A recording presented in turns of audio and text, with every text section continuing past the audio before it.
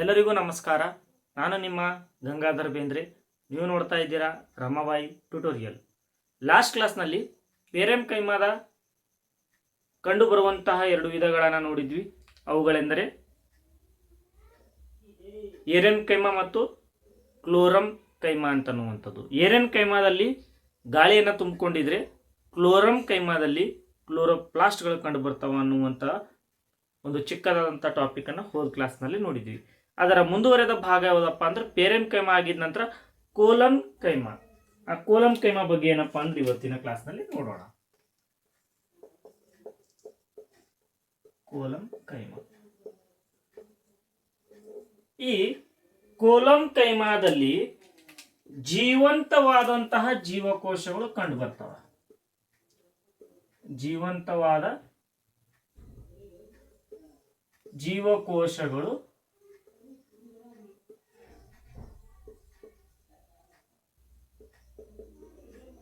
ಕಂಡು ಬರುತ್ತವೆ. ಸಿಂಪಲ್ ಆಗಿರುತ್ತೆ. ಮೊದಲನೇ ಪಾಯಿಂಟ್, ಜೀವಂತವಾದಂತಹ ಜೀವಕೋಶಗಳು ಇಲ್ಲಿ ಕಂಡು ಬಂದರೆ, ಇಲ್ಲಿ ಈ ಜೀವಂತವಾದಂತಹ ಜೀವಕೋಶಗಳು ಯಾವ ರೀತಿಯಾಗಿರುತ್ತಪ್ಪ ಅಂತಂದ್ರೆ ಒತ್ತೊತ್ತಾಗಿರುತ್ತವೆ.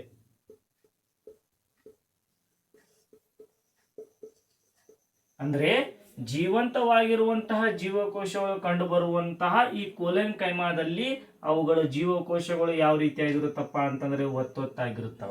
ಅದೇ ರೀತಿಯಾಗಿ ಇಲ್ಲಿ ಅಂತರ್ ಅವಕಾಶಗಳು ಕಂಡು ಬರುವುದಿಲ್ಲ. ಅಂತರ್ಕೋಶೀಯ ಅವಕಾಶಗಳು ಕಂಡು ಬರುವುದಿಲ್ಲ. ಅಂತರ್ಕೋಶೀಯ ಅವಕಾಶ ಕಂಡು ಬರುವುದಿಲ್ಲ. ಅಂತರ್ಕೋಶೀಯ ಅವಕಾಶ ಕಂಡು ಬರುವುದಿಲ್ಲ. ಇಲ್ಲಿ ಎಕ್ಸ್ ಅಂತಂತಂದ್ರೆ ಏನು, ಕಂಡು ಬರುವುದಿಲ್ಲ ಅಂತ ಅರ್ಥ. ಓಕೆನಾ. ಕೋಲಮ್ ಕೈಮಾದಲ್ಲಿ ಜೀವಂತವಾದಂತಹ ಜೀವಕೋಶಗಳು ಕಂಡು ಬರ್ತಾವ. ಅವುಗಳು ಯಾವ ರೀತಿಯಾಗಿರ್ತಾವ, ಒತ್ತೊತ್ತಾಗಿದ್ದರೆ ಅಂತರ್ಕೋಶೀಯ ಅವಕಾಶಗಳು ಕಂಡು ಬರುವುದಿಲ್ಲ. ಇನ್ನು ಎರಡನೇ ಪಾಯಿಂಟ್ ನಲ್ಲಿ ಏನಪ್ಪಾ ಅಂತಂದ್ರೆ, ಈ ಕೋಲಮ್ ಕೈಮಾಗಳು ಎಲ್ಲಿ ಜೀವಕೋಶಗಳು ಕಂಡು ಬರ್ತಾವಲ್ಲ, ಅಂದ್ರೆ ಯಾವ ರೀತಿಯಾಗಿ ಜೀವಕೋಶಗಳು ಸಂಗಮವಾಗ್ತಾವಲ್ಲ, ಆ ಸ್ಥಳದಲ್ಲಿ ಕೋಶ ಭಿತ್ತಿ ಏನಪ್ಪಾ ಅಂತಂದ್ರೆ ಸ್ವಲ್ಪ ದಪ್ಪವಾಗಿರ್ತದ ಅಂತಂದು ಹೇಳ್ತಾರೆ. ಅಂದ್ರೆ ಯಾವ ರೀತಿಯಾಗಪ್ಪ ಅಂತಂದ್ರೆ ಪರಸ್ಪರ ಜೀವಕೋಶವು ಪರಸ್ಪರವಾಗಿ ಸೇರುವಂತಹ ಜಾಗದಲ್ಲಿ ಕೋಶ ಭಿತ್ತಿಯು ದಪ್ಪವಾಗಿರುತ್ತದೆ. ಕೋಶ ಭಿತ್ತಿಯು ದಪ್ಪವಾಗಿರುತ್ತದೆ. ನೋಡಿ ಮಕ್ಕಳೇ, ಯಾವ ಒಂದು ಜಾಗದಲ್ಲಿ ಜೀವಕೋಶಗಳು ಪರಸ್ಪರವಾಗಿ ಸೇರ್ತಾವ ಆ ಜಾಗದಲ್ಲಿ ಕೋಶ ಭಿತ್ತಿಯು ದಪ್ಪವಾಗಿರ್ತದ. ಓಕೆನಾ. ಲಾಸ್ಟ್ ಪೇರೆನ್ಕೈಮಾದಲ್ಲಿ ಕೋಶ ಭಿತ್ತಿಯು ತೆಳುವಾಗಿತ್ತು ಅನ್ನುವಂತ ಒಂದು ಪದವನ್ನ ನೀವು ಒಂದು ಪಾಯಿಂಟ್ ಅನ್ನ ಕೇಳಿದ್ರಿ, ಕರೆಕ್ಟಾ. ಅದೇ ರೀತಿಯಾಗಿ ಕೋಲಮ್ ಕೈಮಾದಲ್ಲಿ ಕೋಶ ಭಿತ್ತಿಯು ಏನಾಗಿರ್ತದೆ, ಇಲ್ಲಿ ದಪ್ಪ ಆಗಿರ್ತದೆ. ನಾಟ್ ಗಡುಸಾಗಿ. ಗಡುಸು ತನ ಬೇರೆ, ತೆಳ್ಳನೆಯ ಬೇರೆ, ದಪ್ಪಾಗಿರುವಂತಹ ರಚನೆ ಬೇರೆ.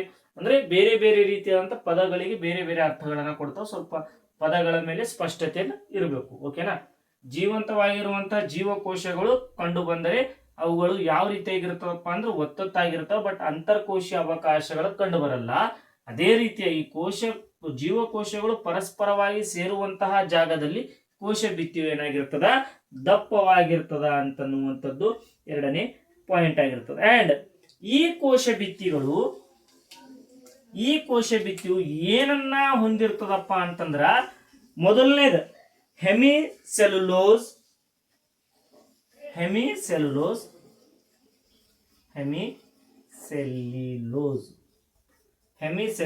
ಅಥವಾ ಪೆಕ್ಟಿನ್.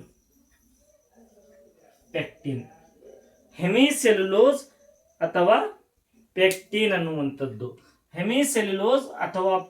ಅನ್ನುವಂಥದ್ದು ಎಲ್ಲಿ ಕಂಡು ಬರ್ತದಪ್ಪ ಅಂದ್ರೆ ಕೋಶ ಭಿತ್ತಿಯಲ್ಲಿ ಕಂಡು ಬರ್ತದ.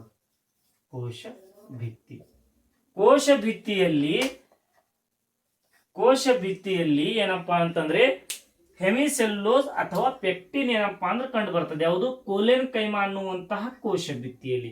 ಅದೇ ರೀತಿಯಾಗಿ ಇವೇನಪ್ಪಾ ಅಂತಂದ್ರೆ ಈ ಅಂಗಾಂಶವು ಹೂವಿನ ತೊಟ್ಟು ಅಥವಾ ಎಲೆಯ ತೊಟ್ಟುಗಳಲ್ಲಿ ಕಂಡು ಬರ್ತಾವ.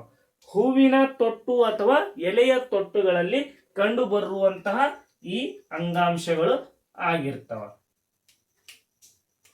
4ನೇ ಲಾಸ್ಟ್ ಪಾಯಿಂಟು, ಹೂವು ಅಥವಾ ಎಲೆಯ ತೊಟ್ಟಿನಲ್ಲಿ ಕಂಡು ಬರುತ್ತವೆ. ಓಕೆನಾ? ನೋಡಿ ಮಕ್ಕಳೇ, ಈಸಿ ಆಗಿರುವಂತಹ ಪಾಯಿಂಟ್ಸ್ಗಳು. ಕೋಲಿನ ಕೈಮಾದಲ್ಲಿ ಕಂಡು ಬರುವಂತಹ ಜೀವಕೋಶಗಳು ಜೀವಂತವಾಗಿದ್ದು ಒತ್ತೊತ್ತಾಗಿರುತ್ತವೆ, ಆದರೆ ಅಂತರ್ಕೋಶೀಯ ಅವಕಾಶಗಳಿರುವುದಿಲ್ಲ. ಅದೇ ರೀತಿಯಾಗಿ ಜೀವಕೋಶವು ಪರಸ್ಪರವಾಗಿ ಸೇರುವಂತಹ ಜಾಗದಲ್ಲಿ ಕೋಶ ಭಿತ್ತಿಯು ದಪ್ಪವಾಗಿರುತ್ತದೆ. ಇನ್ನು 3ನೇ ಪಾಯಿಂಟು, ಈ ಕೋಶ ಭಿತ್ತಿಯು ಸಾಮಾನ್ಯವಾಗಿ ಹೆಮಿಸೆಲ್ಲೋಸ್ ಅಥವಾ ಪೆಕ್ಟಿನ್ ಅನ್ನ ಹೊಂದಿರುವಂತಹ ಕೋಶ ಭಿತ್ತಿಗಳಾಗಿರುತ್ತವೆ. ಅದೇ ರೀತಿಯಾಗಿ ಈ ಕೋಲಿನ ಕೈಮ ಯಾವ ಒಂದು ಜಾಗದಲ್ಲಿ ಏನಪ್ಪಾ ಅಂದ್ರೆ ಸಸ್ಯದ ಯಾವ ಜಾಗದಲ್ಲಿ ಅತ್ಯಂತ ಹೆಚ್ಚಿನ ಪ್ರಮಾಣದಲ್ಲಿ ಕಂಡು ಬರ್ತದಪ್ಪ ಅಂದ್ರೆ ಹೂ ಮತ್ತು ಎಲೆಯ ತೊಟ್ಟಿನಲ್ಲಿ ಕಂಡು ಬರ್ತದ ಅಂತನ್ನುವಂಥದ್ದು ಏನಪ್ಪಾ ಅಂದ್ರೆ ಇಲ್ಲಿ ಕೋಲಿನ ಕೈಮಾದ 4 ಪ್ರಮುಖವಾದಂತಹ ಪಾಯಿಂಟ್ಸ್ಗಳು ನಿಮ್ಮ ಎದುರುಗಡೆ ಅದಾವ. ಇದನ್ನ ಬೇಕಾದ್ರೆ ನೋಟು ಮಾಡ್ಕೊಳ್ಬಹುದು.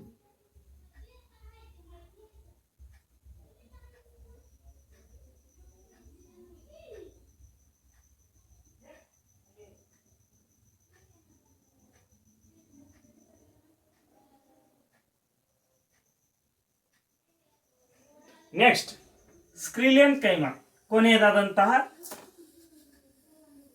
ವಿಧ ಸ್ಕ್ರೀಲಿಯನ್ ಕೈಮಾ.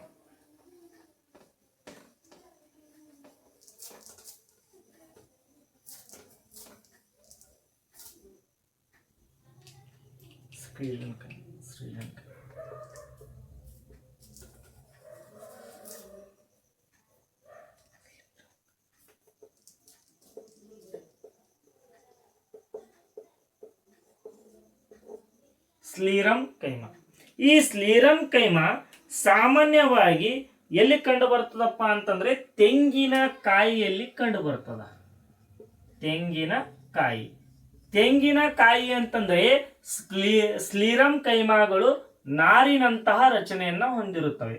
ನಾರಿನಂತಹ ಪದಾರ್ಥಗಳಲ್ಲಿ ಕಂಡು ಬರ್ತವೆ. ತೆಂಗಿನಕಾಯಿ ಒಂದು ನಾರಿನಂತಹ ಪದಾರ್ಥ, ಸೆಣಬು ನಾರಿನಂತಹ ಪದಾರ್ಥ, ಶೇಂಗಾ ಅದನ್ನು ನಾರಿನಂತಹ ಪದಾರ್ಥ, ಆದರೆ ಅದು ಎಣ್ಣೆ ಪದಾರ್ಥಗಳಲ್ಲೂ ಸಹ ಏನಪ್ಪಾ ಅಂದ್ರೆ ಉದಾಹರಣೆಯನ್ನ ಕೊಡ್ತೇವೆ ನಾವು. ಓಕೆನಾ? ಇಲ್ಲಿ ಸ್ಲೀರಮ್ ಕೈಮಾ ಅನ್ನುವಂತಹ ಎಲ್ಲಿ ಕಂಡು ಬರ್ತಾವಪ್ಪ ಅಂದ್ರೆ ತೆಂಗಿನಕಾಯಿನಲ್ಲಿ ಕಂಡು ಬರ್ತದೆ. ಈ ತೆಂಗಿನಕಾಯಿ ಒಂದು ನಾರಿನಂತಹ ಪದಾರ್ಥವಾಗಿರ್ತದೆ. ಇನ್ನು ಈ ಸ್ಲೀರನ್ ಕೈಮಾ ಇದು ಪ್ರೌಢ ಹಂತದಲ್ಲಿ ನಿರ್ಜೀವವಾಗಿರ್ತದೆ. ಪ್ರೌಢ ಹಂತದಲ್ಲಿ ಇದು ಯಾವ ರೀತಿಯಾಗಿರ್ತದಪ್ಪ ಅಂದ್ರೆ ನಿರ್ಜೀವವಾಗಿರ್ತದೆ. ಪ್ರೌಢ ಹಂತದಲ್ಲಿ ನಿರ್ಜೀವವಾಗಿರುತ್ತದೆ.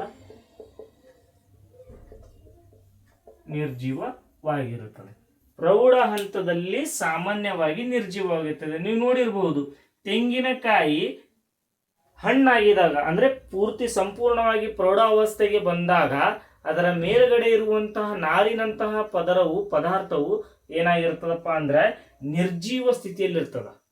ಅಂದ್ರೆ ಹಚ್ಚ ಹಸಿರಾಗಿರಲ್ಲ. ಓಕೆನಾ? ನೀವೇನಪ್ಪ ಅಂದ್ರೆ ಚಾಕ್ಲೇಟ್ ಅಥವಾ ಬ್ರೌನಿಶ್ ಕಲರ್ ಅಂತ ಏನ್ ಕರಿತೀರ ಆ ಕಲರ್ ನಲ್ಲಿ ಇರುತ್ತೆ. ಅಂದ್ರೆ ಆ ಕಲರ್ ನಲ್ಲಿ ಇದೆ ಅಂತಂದ್ರೆ ಅದು ನಿರ್ಜೀವವಾಗಿರುತ್ತದೆ ಅಂತ ಅರ್ಥ. ಆದರೆ ನಿರ್ಜೀವವಾಗಿದ್ದರೂ ಸಹ ಏನಪ್ಪಾ ಅಂದ್ರೆ ನೀಳವಾದಂತಹ ಕೋಶಗಳನ್ನ ಹೊಂದಿರ್ತದೆ. ನೀಳವಾದಂತಹ ಕೋಶಗಳನ್ನ ಹೊಂದಿರ್ತದೆ. ನೀಳ ಅಂತಂದ್ರೆ ಏನು? ನೀಳ ಅಂತಂದ್ರೆ ದಟ್ಟವಾದಂತಹ, ಈಗ ಅಂತೀರಾ ನೀವು ಏನಪ್ಪಾ ಅಂದ್ರೆ ಕವಿಗಳು ಬರೀತಾರೆ ಏನಪ್ಪಾ ಅಂತಂದ್ರೆ ಒಂದು ಸುಂದರವಾದಂತಹ ಹೆಣ್ಣಿನ ನೀಳಕೇಶಗಳು ಅಂತಂದ್ರೆ, ನೀಳಕೇಶ ಅಂತಂದ್ರೆ ಏನು? ದಪ್ಪ ಅಂದ್ರೆ ತುಂಬಾ ಇರುವಂತಹ, ಜಾಸ್ತಿ ಅಂತ ಅರ್ಥ. ನೀಳವಾದಂತಹ ಜೀವಕೋಶಗಳನ್ನ ಎಲ್ಲಿ ಹೊಂದಿರ್ತಾವಪ್ಪ ಅಂದ್ರೆ ಪ್ರೌಢ ಹಂತದಲ್ಲಿ ಹೊಂದಿರ್ತಾವ, ನಿರ್ಜೀವವಾಗಿದ್ದಾಗ. ಇನ್ನ ಇಲ್ಲಿ ಪ್ರೌಢ ಹಂತದಲ್ಲಿ ಸಾಮಾನ್ಯವಾಗಿ ಜೀವಕೋಶಗಳು ಸೈಟೋಪ್ಲಾಸ್ಮಾ ಹಾಗೂ ಕೋಶ ಕೇಂದ್ರವನ್ನು ಕ್ರಮೇಣವಾಗಿ ಏನ್ ಮಾಡ್ತಾವಪ್ಪ ಅಂದ್ರೆ ಲಿಗ್ನಿನ್ ವಸ್ತುವಿನಿಂದ ಪಲ್ಲಟಗೊಳ್ಳುತ್ತವೆ. ನೋಡ್ರಿ, ಪ್ರೌಢಾವಸ್ಥೆಗೆ ಹೋದಂತೆ ಕ್ರಮೇಣವಾಗಿ ಸೈಟೋಪ್ಲಾಸಮ್ ಮತ್ತ ಇನ್ನೊಂದು ಯಾವ್ದಪ್ಪ ಅಂದ್ರೆ ಹಾಗೂ ಕೋಶ ಕೇಂದ್ರವನ್ನ ಕ್ರಮೇಣವಾಗಿ ಲಿಗ್ನಿನ್ ಅನ್ನುವಂತಹ ಏನಪ್ಪಾ ಅಂದ್ರೆ ಒಂದು ವಸ್ತುವಿಗೆ ಪಲ್ಲಟಗೊಳ್ತದ ಅಂತನ್ನುವಂಥದ್ದು. ಓಕೆನಾ? ಪ್ರೌಢಾವಸ್ಥೆಗೆ ತಲುಪಿದಾಗ, ಪ್ರೌಢಾವಸ್ಥೆ ತಲುಪಿದಾಗ ಇದು ಸೈಟೋಪ್ಲಾಸ್ಮಾ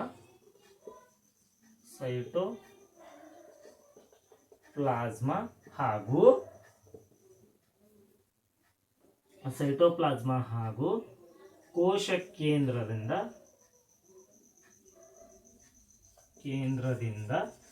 ಲಿಗ್ನಿನ್ಗೆ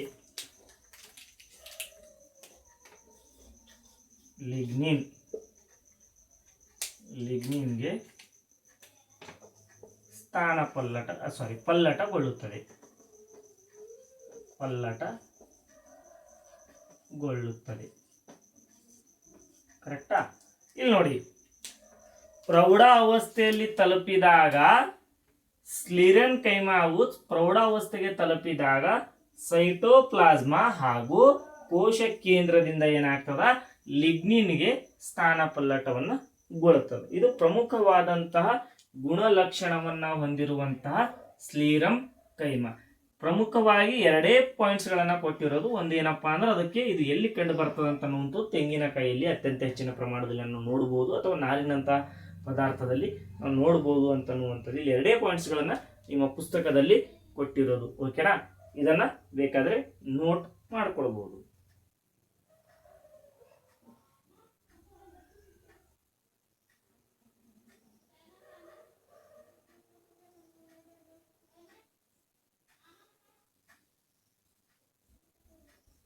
ಅಂಡ್ ಇನ್ನೊಂದು ಪಾಯಿಂಟ್ ಮಿಸ್ ಆಗಿದೆ. ಸ್ಲೀರಮ್ ಕೈಮಾದಲ್ಲಿ ಪ್ರಮುಖವಾಗಿ ಎರಡು ವಿಧಗಳು. ಒಂದೇದು ಯಾವುದಪ್ಪ ಅಂದ್ರೆ ನಾರು, ಇನ್ನೊಂದು ಯಾವುದಪ್ಪ ಅಂತಂದ್ರೆ ಸ್ಲೀರೈಡ್ಗಳು.